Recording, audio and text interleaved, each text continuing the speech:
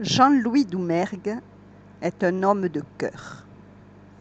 Il est désintéressé au point qu'après s'être aperçu que les personnes qu'il guérissait gracieusement achetaient un de ses livres pour le remercier, stoppa net leur édition et distribua tous les exemplaires restants à des associations ou bibliothèques. J'ai trouvé le mien dans une boîte à livres. J'ai demandé la permission à l'auteur de pouvoir vous le lire sur Internet. Et je l'ai obtenu, plus un cadeau dont je vous reparlerai plus tard. Voici pourquoi je vous propose dans cette vidéo le début de ces histoires pleines de gentillesse et de sagesse. Si vous en voulez plus, likez, partagez, abonnez-vous. Vous connaissez tous le refrain. Bonne écoute.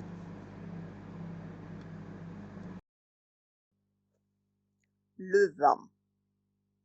Toujours et encore du vent. Belle région, la côte languedocienne, mais rares les moments d'accalmie sans le moindre souffle de vent. Je n'arriverai pas aujourd'hui à découvrir comme hier soir un abri sous un porche. La villa était inoccupée. Sinon les voisins, intrigués de ma présence, auraient averti le propriétaire. Un portail qui s'ouvre et un propriétaire, bon chic, bon genre, qui fait mine de sortir son véhicule pour vous déloger. Simple rengaine. Tiens donc, des cartons, la providence. Allez, Ernest accélère le pas. Un abri de fortune t'attend les bras ouverts, constate le vieux mendiant, agréablement surpris. Oh là, hé toi, tu ne doutes de rien? Attends, je dors dans ces cartons depuis 6 mois et... Excusez-moi, monsieur, je ne vous avais pas vu dans cette obscurité. Et voilà, un clochard de luxe. Tu crois que tu es encore dans quelque bourgeoisie feutrée? Remets un peu les pieds sur terre. Clochard pour tout le restant de tes jours. Tu peux me tutoyer. Derrière ce carton, là, devant vous, il n'y a personne. Tu es bigleux. Tu parles pour ne rien dire. Tu le vois bien qu'il n'y a personne. À cette heure-là, si la place est vacante, c'est que plus personne ne viendra.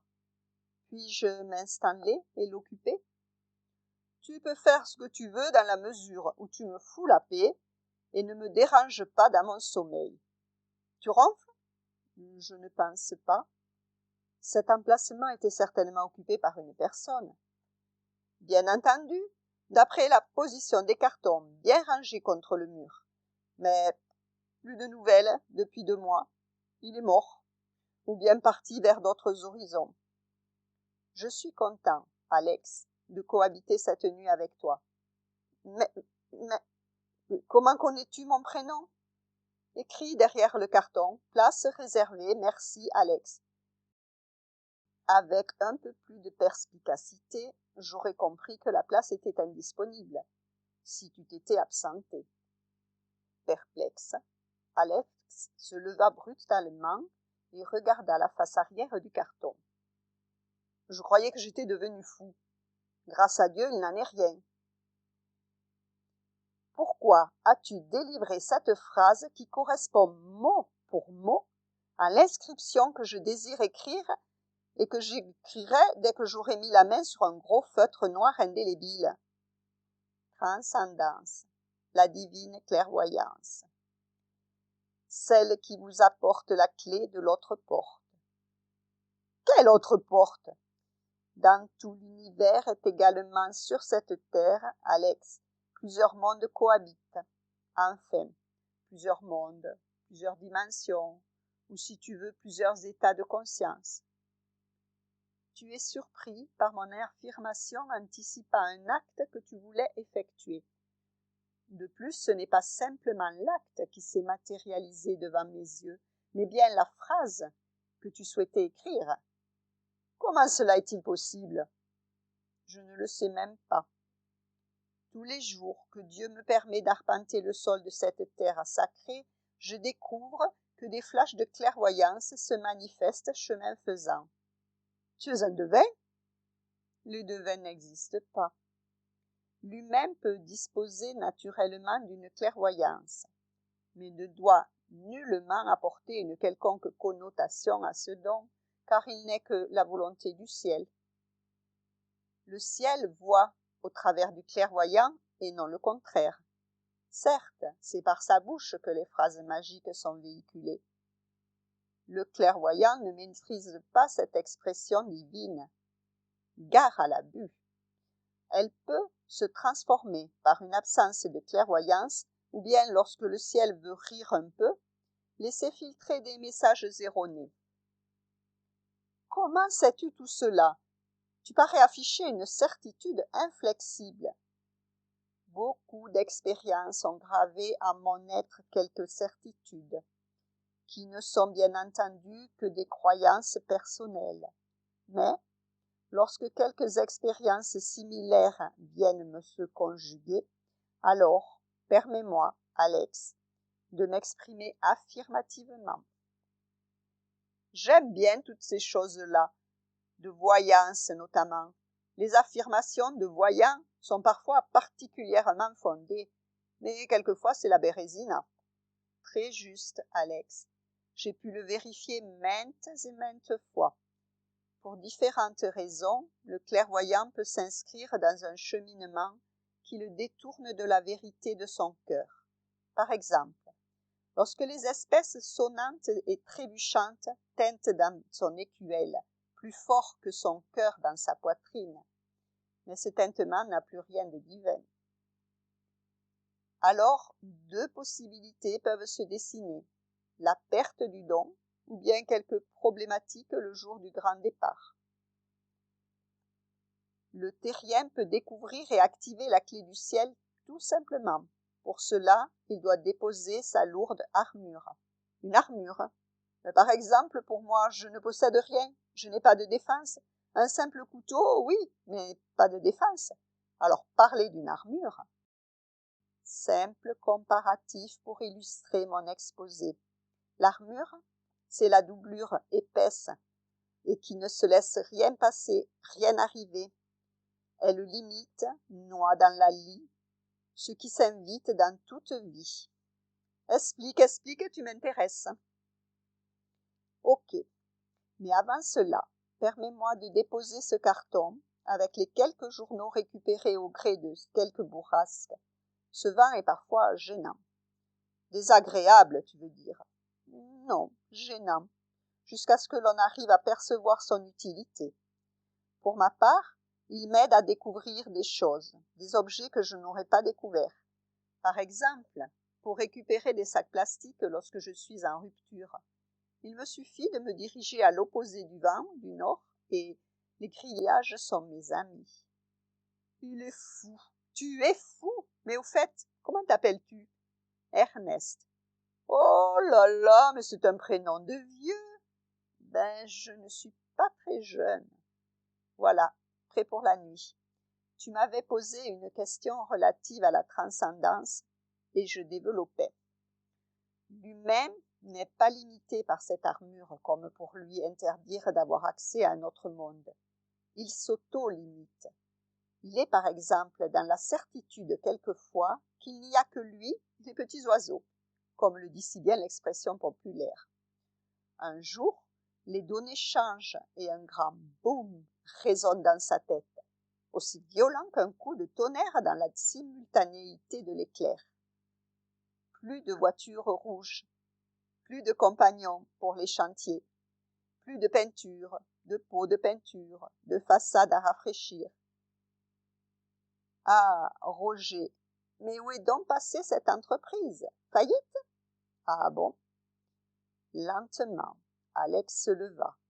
Il sortit de son camouflage derrière son carton, comme un guerrier se lèverait pour charger baïonnette au canon. Menaçant, il s'approcha d'Ernest et lui dit, la pointe d'un couteau contre sa gorge. « Tu vas le cracher tout ce que tu camoufles, salopard? D'où viens-tu? Qu'es-tu venu faire ici pour me dénicher de ma cachette? C'est encore un de ces créanciers qui t'a mandaté, hein? Vous allez tous me harceler jusqu'à quand? J'ai dit au tribunal que je n'avais plus rien. De la tôle, rien que de la tôle. À quoi bon? Je préfère mendier que... Alors tu le craches ce que tu sais, ou bien je te découpe et donne tes morceaux de steak à des chiens. Comme cela, je serai au moins certaine d'une chose, un de moins à ma mère. Je reste poli. Ne t'inquiète pas, Alex, ne t'inquiète pas. N'aie pas peur. Ta peur t'amène vers des douleurs, de la tension, la maladie. Elle est très mauvaise conseillère, tu sais. Fais-moi confiance, un court instant, et je vais t'expliquer. Ne pouvant supporter le regard vif et limpide d'Ernest, Alex s'agita de plus belle. Et maintenant de l'hypnose. Ils veulent tout employer pour me faire craquer. Mais bon sang, je vous dis que je n'ai rien. J'ai les poches vides, les yeux pleins de pleurs, des pleurs qui sont issus de la peur de la mort. C'est comme une frayeur qui me prend souvent le soir par surprise, et je déroule en pensée quelques fragments d'un hypothétique futur toujours triste et défaitiste. Alors, comprends-tu, je n'ai plus rien. Moi non plus. Ce moi non plus s'évada de la bouche d'Ernest comme un écho sourd venu du fond de la montagne. Alex, instantanément, lâcha Ernest. Vois-tu, Alex, ces quelques mots que je viens de formuler, sans en être pleinement conscient, provoquèrent une forte émotion en ton être, une brutale réaction, soudainement jaillie, pour confirmer que la cible définie par la vie avait été atteinte. Ces mots fusent dans une spontanéité que je ne maîtrise pas. Je puis te le certifier. Ils provoquent très souvent une ouverture, une invitation de la vie d'accueillir cette expression pour le meilleur qui reste à venir. Merci, Alex.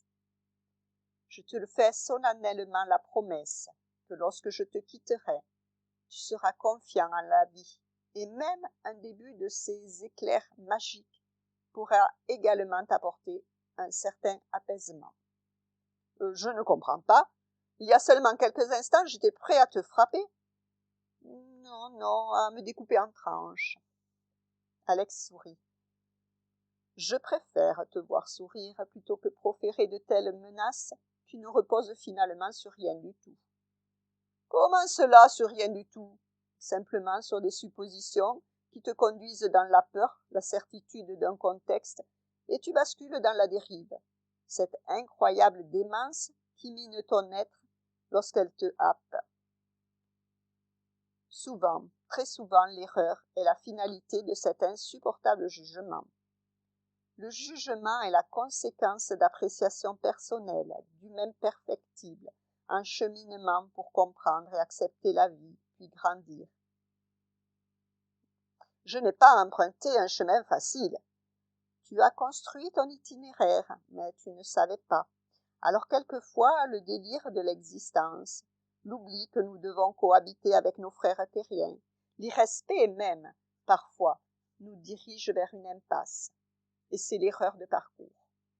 Si nous pouvons admettre cette erreur sur terre, nous allons cheminer dans une alternative qui nous permettra de comprendre peut-être quelle attitude nous devons contenir pour rencontrer le chemin idéal. À mesure que je t'écoute parler, je m'apaise. Déjà, je commence par percevoir petit à petit la raison pour laquelle je suis ici aujourd'hui avec toi, le corps couché dans ses cartons, ma vie suspendue à la main tendue d'un homme qui voudrait bien m'adresser un simple geste de bonté. Je dirigeais une entreprise que mon oncle Roger m'avait cédée, avec des facilités d'achat et un prix particulièrement sympathique. Cette société était installée sur des rails solidement fixés au ballast. La folie de la vie, enfin folie. Je croyais à 22 ans que c'était arrivé. Une grosse automobile, l'argent de l'entreprise confondu avec un salaire, les employés pas toujours respectés et le détachement d'une gestion en bon père de famille propulsèrent Alex dans les bras des créanciers. Lorsque j'ai perçu l'erreur de parcours, il était encore temps de redresser la barre. La notoriété de l'oncle Roger persistait, tenace et bien ancrée dans les esprits. Mais les filles... Je ne disposais pas d'un lit conjugal ni d'une compagne fidèle. D'ailleurs, je ne souhaitais pas. Je vivais la vie à pleines dents. Peut-être croyais-tu que c'était cela, la vie, vivre de débauche. Oui, petit à petit, j'ai sombré et je me suis retrouvée à la rue, lâchée par toutes tes petites amies qui n'en voulaient qu'à ton argent. Vous êtes vraiment un devin. Non, Alex, non, car toutes ces histoires, à quelque ressemblance près, se terminent toujours par cette même sentence. Lorsqu'un citron n'a plus de jus, tu le jettes. Désormais, me voilà à la rue, jusqu'à ma mort. Je vis incognito et j'ai volontairement détruit tous mes papiers d'identité afin que nul ne me reconnaisse, car certains avaient proféré des menaces de mort à mon encontre. Fin de l'histoire.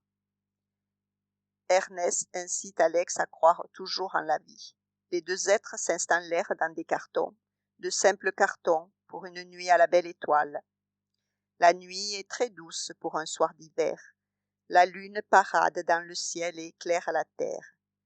Dispersée sur un ciel feutré, une constellation de diamants scintille, comme si l'instant vibrait de sacré.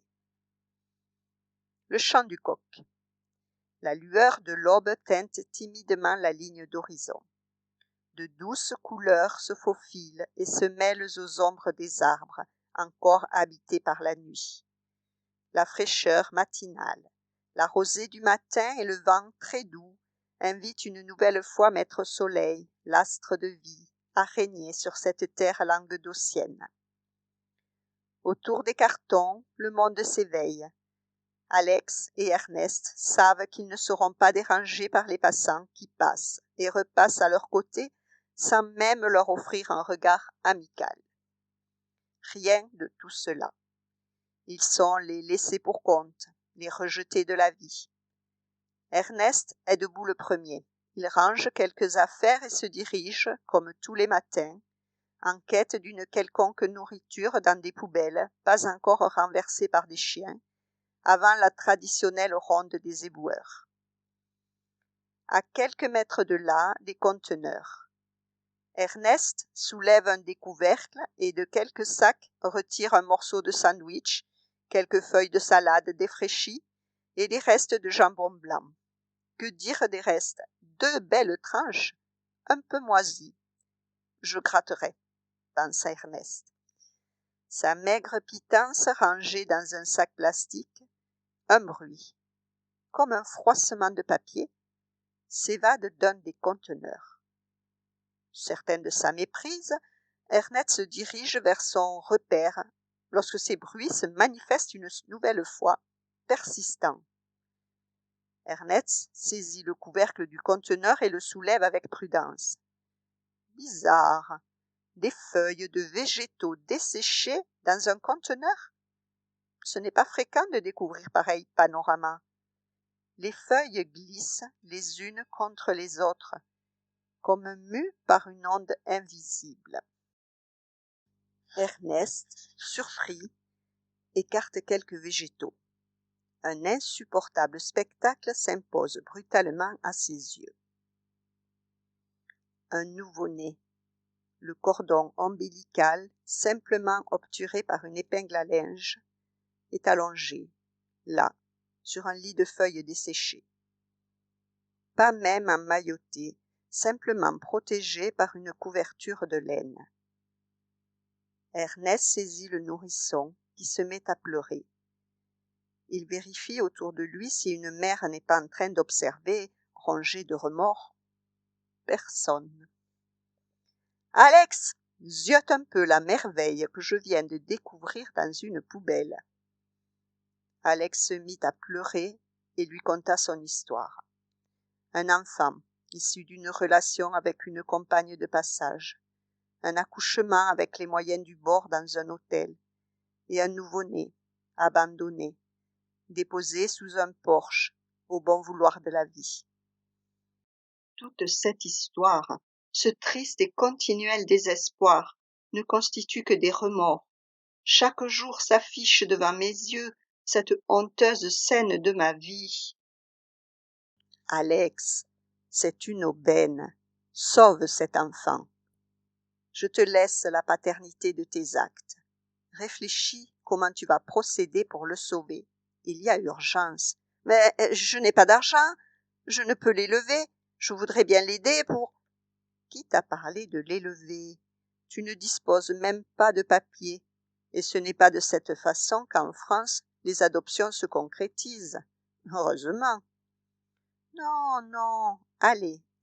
Un dernier effort. Réfléchis, Alex. Il y a urgence. Je ne peux que le conduire. Alex se leva. Dans ses yeux brillait la lumière, cette révérence à la vie qui s'installe dans tout cœur régénéré par un amour providentiel, ou bien vient se révéler comme un signe de la vie pour éponger dans ton être les traces d'un regret refoulé. Où aller, Ernest, où aller? C'est toi qui choisis, c'est toi qui dois décider. Comme par enchantement, les yeux d'Alex se portèrent vers un panneau indicateur et il sourit lorsqu'il aperçut ce clin d'œil de la vie, une simple orientation. Maternité, 800 mètres. En route, Ernest, et pressons le pas. Tenant dans ses bras l'enfant fortuitement sauvé, Alex, dans une démarche assurée, se dirigea vers la maternité. À quelques mètres derrière lui, Ernest suivait péniblement son compagnon. « C'est là, Ernest. Si j'entre, ils vont me demander mes papiers d'identité. Peut-être que quelqu'un me reconnaîtra, alors... » « Que crains-tu, Alex? Tu vas certainement sauver la vie de ce nouveau-né. »« Ok, entrons. »« Attendez, messieurs, attendez !» Une dame d'une trentaine d'années interpella les deux sauveurs. Arrêt sur image. Lentement, la dame s'approcha et dit tout bas: « C'est bien lui, oui, c'est lui, je reconnais la couverture rouge rayée. »« Doucement, madame, doucement, vous certifiez que c'est votre enfant? Permettez-moi d'avoir un doute. Pouvez-vous me communiquer quelque indice afin de vous identifier correctement? Les vols de nourrissons sont monnaie courante, précisa Alex. Vous avez trouvé mon bébé dans un conteneur enveloppé dans une simple couverture de laine et caché sous des feuilles desséchées. Une simple épingle à linge obture le cordon ombilical.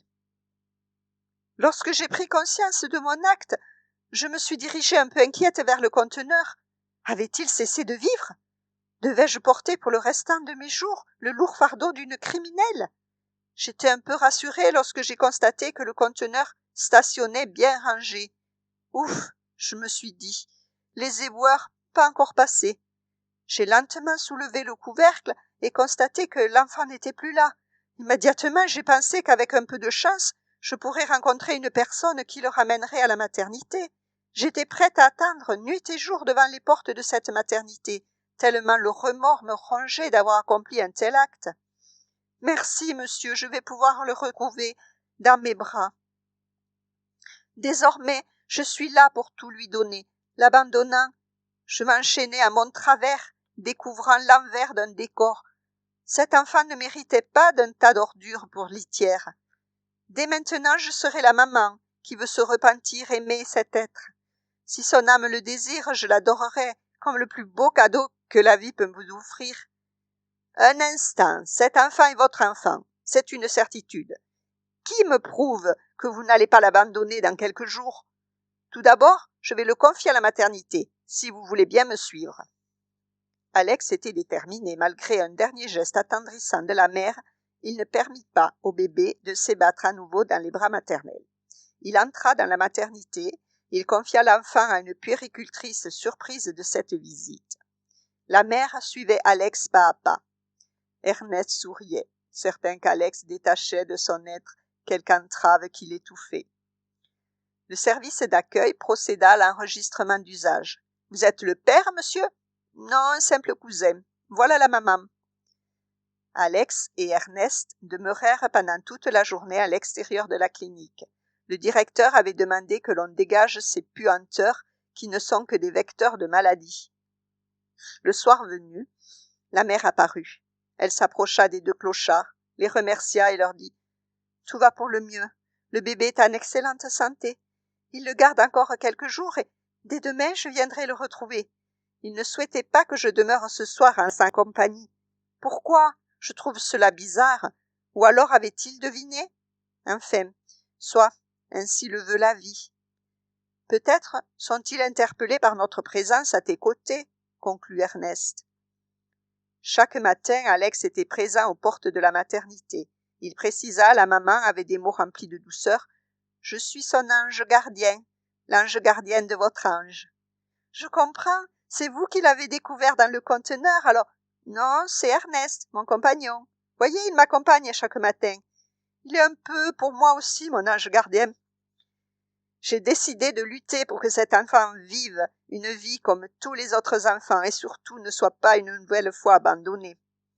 Vous pouvez compter sur moi. J'ai moi-même été un jour abandonné sous un porche et recueilli par l'assistance publique, ajouta la mère.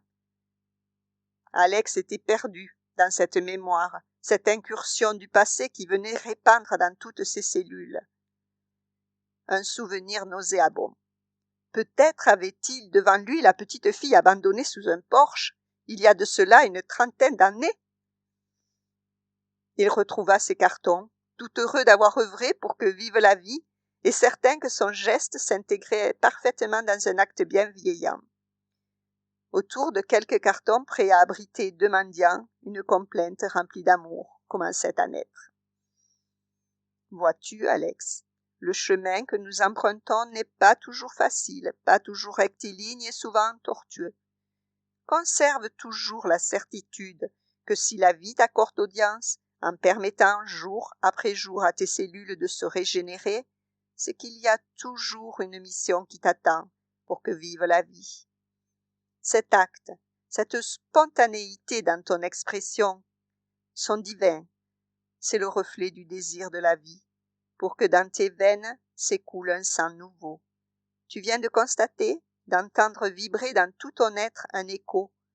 Le vent d'amour t'apporte la douceur d'un cœur qui s'est brusquement libéré d'une ombre tenace, comme pour te dire « Va, mon ami, va ».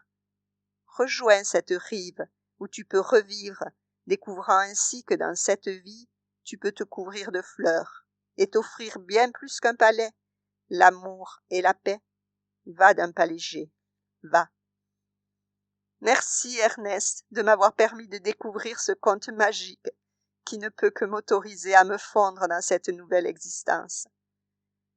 Mes mains ne sont pas et ne seront jamais limpides, car subsistent les traces de sévices ou de méfaits.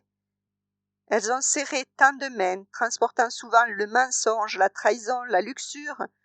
Toutefois, je sens après t'avoir rencontré qu'il subsiste toujours un peu de lumière que je pourrais continuer d'honorer. Pourquoi ne pas la raviver? Je te remercie sincèrement du fond de mon cœur. Aujourd'hui, je clame que ma vie peut continuer de couler comme un long fleuve tranquille avec un cœur qui s'éloigne peu à peu de l'ombre. Dis-moi, Ernest, le ciel t'a-t-il mandaté ici sur cette terre pour une mission très spécifique? Peut-être, peut-être pas. Qui le sait, à part le ciel?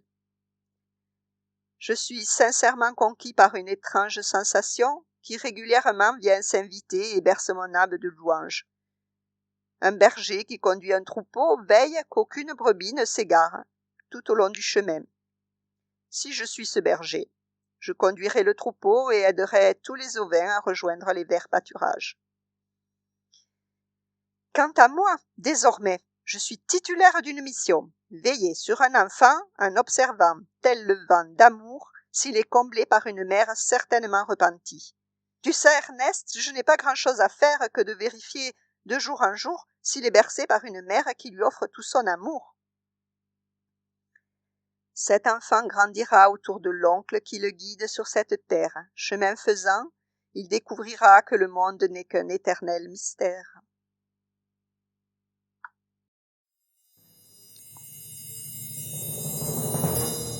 Voilà, je vous prépare la suite pour plus tard. À bientôt.